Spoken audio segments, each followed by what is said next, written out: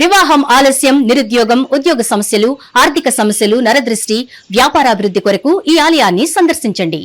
శనీశ్వర దేవాలయం road number 3, Dwarakanagar main road, Munuganuru, Hayat Nagar, Hyderabad, Telangana. Phone number 9393584460. Shanishwara అనుగ్రహ ఫల సిద్ధ్యార్థం ఆలయాన్ని సందర్శించి సకల దోషముల నుండి విముక్తి పొందగలరు.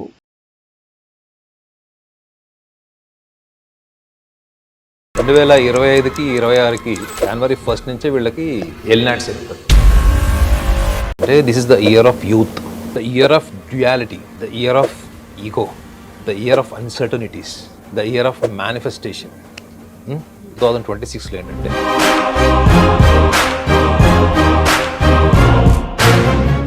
నాగనాథ్ గారు, మరి నూతన సంవత్సరంలో మనం 12 రాశుల వారి గురించి మాట్లాడుకుంటున్నాము. ఇప్పుడు సింహరాశి గురించి తెలుసుకుందాం. 2026 సింహరాశి వారికి ఎలా ఉంటుంది అంటే, వీళ్ళ యాటిట్యూడ్ చూస్తే మనకి అసలు తగ్గేదిలే అన్నట్టు ఉంటుంటారు.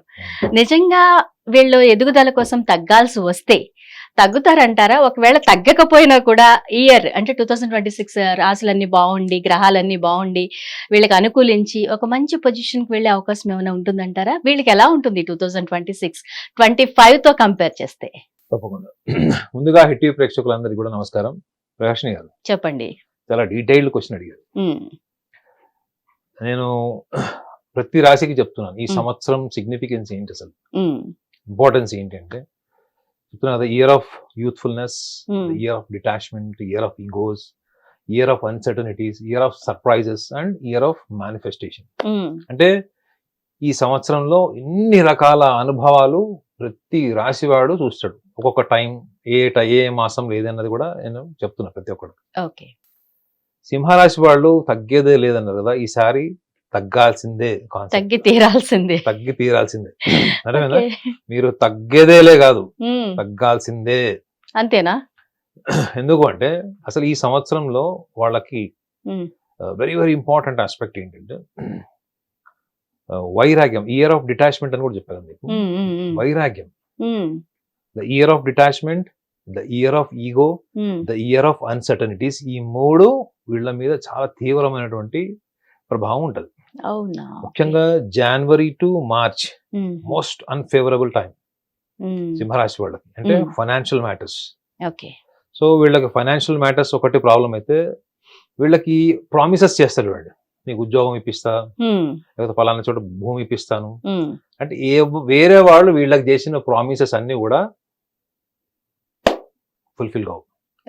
సో కానీ వీళ్ళు వేరే వాళ్ళు ప్రామిస్ చేసినప్పుడు వీళ్ళు ఏమనుకుంటారు, వీళ్ళు చాలా ఆప్టిమిస్టిక్ ఉంటారు. అంటే ఆశావాదం అయిపోతుంది, ఇంకేదో మనకు వచ్చేస్తుంది అనే భ్రమలో ఉంటారు వీళ్ళు. ఈ భ్రమల్లో ఉండడమే కాకుండా వీళ్ళు భ్రమల్లో పాయసం కూడా ఉంటుంది. అర్థమైందా? భ్రమల్లో పాయసం వండుతారు, భ్రమల్లో బిర్యానీ కూడా వండేస్తారు, భ్రమల్లో బిల్డింగ్లు కట్టేస్తారు. సో అయితే వీళ్ళకి ఇయర్ ఆఫ్ డిటాచ్మెంట్ అని ఎందుకు చెప్తాను, year of egos, year of uncertainties అని ఎందుకు చెప్తాను అంటే, వీళ్ళకి రాశిలో ఈ సంవత్సరం స్టార్టింగ్ నుంచి ఎండింగ్ వరకు కేతు ఉంటాడు. ప్లస్ సప్తమంలో, సమసప్తమంలో రాహు ఉంటాడు. అష్టమంలో శని ఉంటాడు. మే మాసం వరకు గురువు వీళ్ళకు వ్యయంలోకి రాడు, కర్కాటక రాశిలోకి. సో ఈ సంవత్సరంలో మేజర్ ప్లానెట్స్ చూసుకుంటే ఒక గురు సంచారం జరుగుతుంది వీళ్ళకి. అది కూడా లాభస్థానం నుంచి వ్యయభావంలోకి కర్కాటక రాశిలోకి వస్తాడు. అది కొంత రిలీఫ్ వీళ్ళకి. ఎప్పటి నుంచి? అది జూన్ నుంచి, ఆల్మోస్ట్ మే ఎండింగ్ జూన్ నుంచి. వీళ్ళకి సమస్య ఏంటంటే ముఖ్యంగా మూలాల్లోకి వెళ్ళండి. వీళ్ళు సింహరాశి వాళ్ళకి వీళ్ళు ఏదైతే చేస్తాను, నేను చెయ్యగలను అని చెప్పినప్పుడు అది మనం చేసి మనకు ఒక నేషనల్ అవార్డు వస్తే మనం ఎట్లుంటాం మేడం? చాలా హ్యాపీగా ఉంటాం. అవునా కదా? ఇప్పుడు మనము చేస్తాను, నేను చేయగలుగుతాను ఒక స్టేజ్. అది చేసిన తర్వాత మీకు అచీవ్మెంట్ తర్వాత మీకు ఒక అవార్డు వస్తుంది. సూపర్. అది అవునా? వీళ్ళు చెయ్యక ముందు ఆ అవార్డు వచ్చిన వాళ్ళ యాటిట్యూడ్ ఎట్లుంటుంది అట్లుంటది. మీరు ఇంకోటి వేరే అనుకున్నట్టున్నారు. నిజమే సార్, చాలా చూసాను నేను, చాలా మంది చూడండి. ఇప్పుడు వీళ్ళు చాలా మటుకు కూడా వీళ్ళ నోరు వల్లనే వీళ్ళు సమస్యలు తెచ్చుకుంటారు. Exactly. They are very good at heart, very good at initiation, very good at helping, very good at empathy. They are very matured people to understand relations, family, life partner, everybody else. But ఎక్కడ దెబ్బతింటారు వీళ్ళు? వీళ్ళ ఊహల్ని కూడా వీళ్ళు ఆచరించి సాధించేసినట్టు చెప్తారు వీళ్ళు. అంటే వీళ్ళని వీళ్ళు ఎక్కువ చేసి చెప్పుకునే లక్షణం వీళ్ళకు ఉన్నట్టే కదా. It is a kind of narcissism. దీన్ని వీళ్ళు యాక్సెప్ట్ చేయండి. ఇయర్ లో సింహరాశి వాళ్ళు రూట్స్ నుంచి కూడా వీళ్ళు ఎస్టాబ్లిష్ కావాలి, మేనిఫెస్ట్ చేసుకొని టఫ్ టైం ని వీళ్ళు హ్యాండిల్ చేసి బెటర్ స్టేజ్కి వెళ్ళాలంటే ఫస్ట్ ఆఫ్ ఆల్ వీళ్ళు ఏం చేయాలి, యాక్సెప్ట్ చేయాలి. నేను ఇది అని నువ్వు వేరే వాళ్ళు చెప్పినా ఒప్పుకోకపోవడం, నువ్వు రియలైజ్ కాకపోవడం, ఇది వీళ్ళకి ఈ సంవత్సరం ఆరంభంలో ఉండేటువంటి ఎక్స్పీరియన్స్ సింహరాశి వాళ్ళు. ఉద్యోగస్తులు కూడా చూడండి, ఎందుకంటే చెప్పారంటే ఎవరైనా జాబ్ ఇస్తానని ప్రామిస్ చేశారు, లేకపోతే బ్యాక్ డోర్ ఎంప్లాయ్మెంట్ కూడా ఈ మధ్య చాలా చేస్తున్నారు తెలుసు కదా, డబ్బులు ఇచ్చి ఎంప్లాయ్మెంట్. సో ఇట్లా వీళ్ళు వేరే వాళ్ళకి డబ్బులు ఇచ్చి డబ్బులు ఇరుక్కొని తీవ్రమైనటువంటి ఆర్థిక సంక్షోభాల్లో ఇరుక్కుంటారు అని ఇందులో ఉంది. అర్థమైందండి. మీరు సపోజ్ మీరు ఒక బిజినెస్ స్టార్ట్ చేయాలనుకుంటున్నారు, లేకపోతే ఒక అపార్ట్మెంట్ లో లేకపోతే ఒక బిల్డింగ్ లో కమర్షియల్ కాంప్లెక్స్ లో మీరు బిజినెస్ స్టార్ట్ చేయాలనుకుంటున్నారు. సో మీరు స్టార్ట్ చేయాలి అనుకుంటే నెక్స్ట్ ఇంకా పని అది క్షణాల మీద అయిపోవాలి మీకు. అక్కడ వీళ్ళకి లీగల్ ప్రాబ్లమ్స్ కూడా వస్తాయని ఉంటుంది ఈ సంవత్సరంలో. అంటే ఏంటి, వీళ్ళు మంచి చెడు తెలుసుకోకుండా లోతుగా అగ్రిమెంట్ లోకి వెళ్ళి ఆ బిజినెస్ స్టార్ట్ చేయలేరు, ఆ మనీ బ్లాక్ అవుతుంది, ప్లస్ అది లీగల్ గా ప్రొసీడింగ్ అవుతుంది. ఇది ఇయర్ స్టార్టింగ్ లో 2026 లో సింహరాశి వాళ్ళు ఎదుర్కొనేటువంటి ప్రధానమైనటువంటి సమస్య. ద బ్రైటర్ సైడ్ మనం మాట్లాడదాం. బ్రైటర్ సైడ్ ఏముంది వీళ్ళకి అంటే, సింహరాశికి వాళ్ళకి అష్టమ భావంలో శని ఉంటాడండి. శని మీనరాశి అంటే ఏంటంటే మీనరాశి లాస్ట్, మేషం మొదలైతే మీనం లాస్ట్. అది మోక్షం మోక్ష స్థానం, అది షష్టమ భావము, సప్తమ భావానికి అధిపతి శని. సో వీళ్ళకి ఆల్రెడీ కోర్టు కచేరీలు, అన్నదమ్ముల ఆస్తి తగాదాలు, లేకపోతే వీళ్ళకి యాన్సెస్ట్రల్ ప్రాపర్టీస్ ఏమైనా రావాల్సిన కోర్టులలో ఉంటాయండి, అవి సర్ప్రైజింగ్ గా వీళ్ళకి ఫేవరబుల్ అవుతాయి. ఎప్పటి నుంచి అవుతాయి? ఇది ఆగస్ట్ నుంచి అవుతాయి, అంటే జూలై ఎండింగ్ అనుకోండి ఆల్మోస్ట్. అంటే 23rd జూలై నుంచి వీళ్ళకి ఫేవరబుల్ టైం అది. ఇక అక్కడి నుంచి వీళ్ళ జర్నీ మళ్ళా రీకన్స్ట్రక్ట్ అవుతుంది వీళ్ళకి. సో వీళ్ళు స్టార్టింగ్ లో ఏవైతే వీళ్ళకి డిస్ప్యూట్స్ ఉన్నాయో, రైవలరీస్ ఉన్నాయో ప్రాపర్టీస్ విషయంలో ఫ్యామిలీ మెంబర్స్ తో వాళ్ళతోని మీరు కొంచెం వెయిట్ చేయండి సహనంతో. అండర్స్టాండింగ్ సెపరేషన్, లేదా ఫ్యామిలీ మెంబర్స్ లో ఏమైనా డిస్ప్యూట్స్ ఉన్నాయి, లైఫ్ పార్ట్నర్ డిస్ప్యూట్స్ ఉన్నాయి, అండర్స్టాండింగ్ సెపరేషన్ కి మీరు ఒకవేళ వెళ్తున్నారు అనుకుంటే మాత్రం, ఒకవేళ పాసిబుల్ అయితే పోస్ట్ పోన్ చేసుకోండి, అండర్స్టాండింగ్ సెటిల్మెంట్ చేసుకోండి, మాట్లాడుకొని మీరు. ఎందుకంటే ఒక రకంగా చెప్పాలంటే సింహరాశిలో కేతు వీళ్ళకి దైవబలం, దైవబలం అది. సో ఈ inter personal relations, family relations, bondage, వీటికి ఇది మంచి పాయింట్. అంటే వీళ్ళు గొడవలు, కోర్టు, మధ్యవర్తులు, కమ్యూనిటీ పీపుల్ ఇన్వాల్వ్ చేయకుండా 1-to-1 సెటిల్మెంట్ కి it is a good time. So ఎప్పటి నుంచో డిస్ప్యూట్ లో ఉన్నారు, మా ఆవిడ వెళ్ళిపోయింది, లేదా మా భర్త ఇంటికి రావట్లేదు, ఇలాంటి మీరు ఎన్నింటారు. ఈ టైంలో వీళ్ళు రీకన్స్ట్రక్ట్ అవ్వడానికి మాత్రం జూలై నుంచి it's a very good time వీళ్ళకి. So and at same time విదేశాలకు వెళ్ళాలి, లోన్స్ తీసుకొని రిస్క్ తీసుకోవడానికి గుడ్ టైం. నో, స్టూడెంట్స్ కి ఈ సంవత్సరం అంత ఫేవరబుల్ కాదు మేడం. అవునా? ఎస్పెషల్లీ వీళ్ళకి I can say August ending వరకు స్టూడెంట్స్ కి this is not a favourable time. అంటే వీళ్ళు రిస్క్ తీసుకొని అడ్వెంచరస్ గా వెళ్ళి లోన్స్ తీసుకొని వీళ్ళు ఏదన్నా సింహరాశి వాళ్ళు ఒకటి ఆశయం అనుకుంటే, అది ఆశయంలోకి ఇన్వాల్వ్ అవ్వడంలో ఉండే ఎంతూజియాజం, దాన్ని డ్రైవ్ చేయడం ఉండదు మేడం. వీళ్ళకి ఏదన్నా కానీ ఒక అంబిషన్ ని డ్రైవ్ చేసేటప్పుడు స్టార్టింగ్ లోనే ఆరంభ సూరత్వం లాగా ఉంటది. అది ఓవర్ పీరియడ్ ఆఫ్ టైం వెళ్ళిన తర్వాత వీళ్ళకి ఎంతూజియాజం, ఫోకస్ తగ్గిపోతుంది. ఆ తగ్గిపోయిన ఫోకస్ ని బ్యూటిఫుల్ గా మేనేజ్ చేసి దానికి రకరకాల రంగులు వేస్తారు తప్ప, నిజంగా వాళ్ళు అందులో పూర్తిగా న్యాచురల్ గా ఇన్వాల్వ్ కాకుండా దాన్ని డ్రామాటిక్ గా మేనేజ్ చేస్తారు. సో దీనివల్ల వాళ్ళు నష్టపోయేది ఏంటి, వాళ్ళు చుట్టుపక్కల వాళ్ళ దగ్గర వాల్యూ పోతుంది వీళ్ళకి. సో వీళ్ళ మీద నమ్మకంతో ఉండేవాళ్ళు, వీళ్ళని నమ్మి డబ్బులు ఇచ్చేవాళ్ళు, లేదా వీళ్ళని మధ్యవర్తులుగా పెట్టుకునేవాళ్ళు, పెద్ద మనుషులాగా పెట్టుకునే వాళ్ళకు ఒక రకంగా క్వశ్చన్ మార్క్ అయిపోతుంది. సో అంటే అర్థం ఏంటి, వీళ్ళకి ఈ సంవత్సరంలో డిజానర్ ఉంది, అంటే అవమానాలు, వీళ్ళ మనుషులే వీళ్ళని వెన్నుపోటు పడవడం, వీళ్ళ మనుషులే వీళ్ళని ద్రోహం చేయడం, ఇలాంటివన్నీ కనిపిస్తున్నాయి లేదా.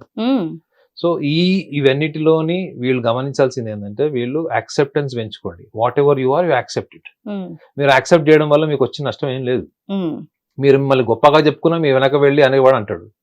మీరు అలాంటప్పుడు ఏమి చెప్పుకోకపోతే బెటర్ కదా. సో మీ సెల్ఫ్ ప్రైజింగ్, సెల్ఫ్ అప్లాజ్ ఏదైతే ఉంటుందో అది మీరు తగ్గించుకోవడం అన్నది ఈ సంవత్సరంలో వీళ్ళు చేయాలి. దీనివల్ల ఏమవుతుందంటే, ఈ వర్బలైజేషన్ ఆఫ్ ఈగో ఉంటుంది చూడండి, మన గురించి మనం గొప్పగా చెప్పుకొని ఎదుటి వాళ్ళని. సింహరాశి వాళ్ళు చేసే పెద్ద తప్పు ఏంటంటే, వీళ్ళు ఎదుటి వాళ్ళతో ఫన్నీగా అన్నా కానీ అది డిగ్రేడింగ్ ఫన్ ఉంటుంది. మీరు కామెడీ సర్కస్ ఇట్లాంటివి చూస్తుంటారు చూడండి, కామెడీలో కూడా ఎదుటి వాళ్ళని తగ్గించి మాట్లాడే కామెడీ ఒకటి ఉంటే న్యాచురల్ జెన్యున్ కామెడీ ఒకటి ఉంటుంది. సో వీళ్ళు ఈ సంవత్సరంలో చాలా మటుకు రిలేషన్స్ కానీ బిజినెస్ లో కానీ చివరికి ఉద్యోగాలు కోల్పోవడం కారణం కూడా కేవలం మాట వల్లనే. సో ఈ యొక్క వాక్ వల్ల వీళ్ళు చాలా కోల్పోతారు ఈ సంవత్సరంలో, ధన నష్టం ఒకటే కాదు. సో వీళ్ళకి కూడా ఒకటి వర్తిస్తుంది ఏంటంటే, వీళ్ళలో సగం యోగి సగం భోగి ఉంటాడు వీళ్ళకి. అర్థమైందండి? కర్కాటక రాశికి ఆల్రెడీ ఇదే లక్షణాలు చెప్పాను. సో ఎమోషనల్లీ డిటాచ్డ్ ఈసారి, ఫైనాన్షియల్లీ డిటాచ్డ్, ఫైనాన్షియల్లీ డిస్టర్బ్డ్, ఇది వీళ్ళకి ఉంటది. సో బ్రైటర్ సైడ్ ఏంటి, ఆస్తికి సంబంధించినవి, కోర్టు కచేరీలు, లావాదేవీలు ఏవైతే ఉంటాయో ఇవన్నీ కూడా వీళ్ళకి ఫేవరబుల్ టైం స్టార్ట్ అవుతుంది. సో కొంత డబ్బు సెకండ్ హాఫ్ లో వీళ్ళకి వచ్చేటువంటి ఫైనాన్షియల్ బ్యాలెన్స్ ఏదైతే ఉంటుందో అది వీళ్ళకి నెక్స్ట్ కమింగ్ అప్ మంత్స్ లో వీళ్ళకి యూజ్ అవుతుంది. కానీ స్టార్టింగ్ లో వీళ్ళు చేయకూడదు ఏంటంటే రిస్క్ లోన్స్ తీసుకోవద్దు, లైఫ్ స్టైల్ మెయింటైన్ చేయడం కోసం లోన్స్ తీసుకోవడం, లేదా ముఖ్యంగా పేరెంట్స్ ద్వారా వచ్చే డబ్బుల్ని వీళ్ళు సేవ్ చేసుకోవాలి. పేరెంట్స్ నుంచి కానీ ఇంకా వీళ్ళకి ఏమైనా ప్రాపర్టీస్ వైజ్ వచ్చేది సేవింగ్ చేసుకోవాలి.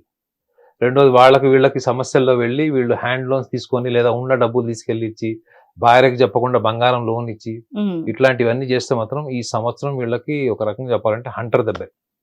So my straight line to సింహరాశి ఏంటంటే they have to be fearless and they have to be selfish. Financial risk భయపడుతుంది, అది పెట్టుకోండి. ఫైనాన్షియల్ రిస్క్, ఇప్పుడు కొడుకుని ఎక్కడన్నా అమెరికా పంపించాలి, లేకపోతే కూతుర్ని ఏదైనా ఇన్వెస్ట్మెంట్ చేసి ఎక్కడికైనా పంపించాలి, లేకపోతే సడన్ గా ఎవరినో నమ్మి డబ్బులు పెట్టాలి.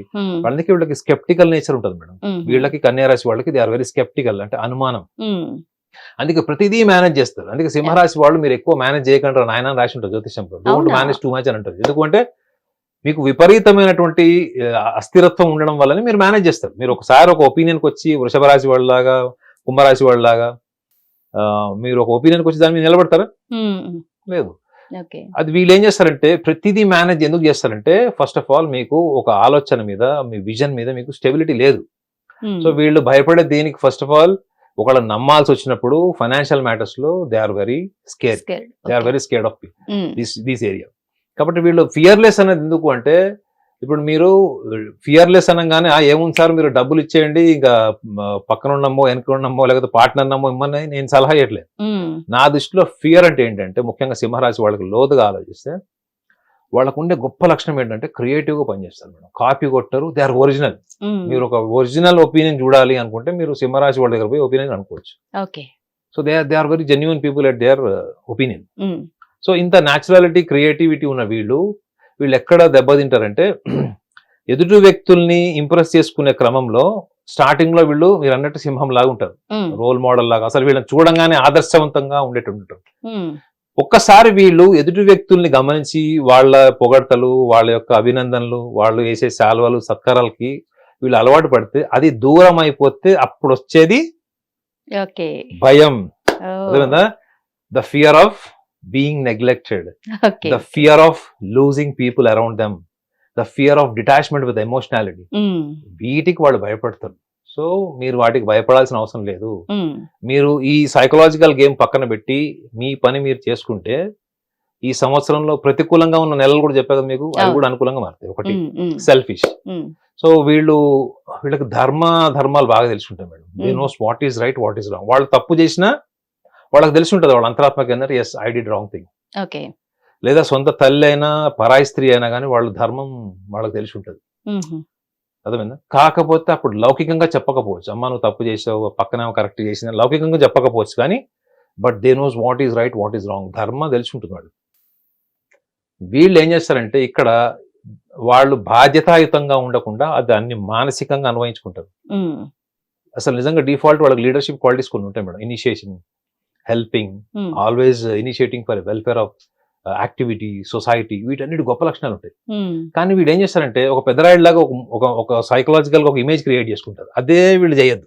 కానీ వీళ్ళు మానసికంగా ఒక ఫ్రేమ్ లోకి వెళ్ళిపోవడం వల్ల అది మెయింటైన్ చేస్తుంటే ఎవరు రెస్పాండ్ కాకపోవడం వల్ల వీళ్ళు రకరకాల కన్ఫ్యూజన్, ఈ కన్ఫ్యూజన్ లోనే వీళ్ళ ఒరిజినాలిటీ కోల్పోతాం. That originality self is the self.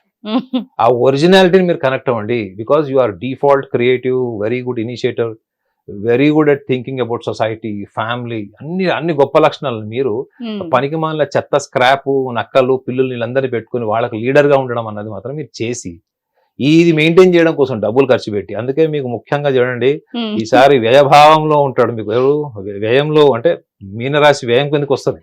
ద్వాదశ రాశిలో అష్టమంలో ఉంటాడు. ఫస్ట్ మిమ్మల్ని వదిలేసి పారిపోయేది ఎవరు? అష్టమ భావం అంటే భాగస్వామి మేడం.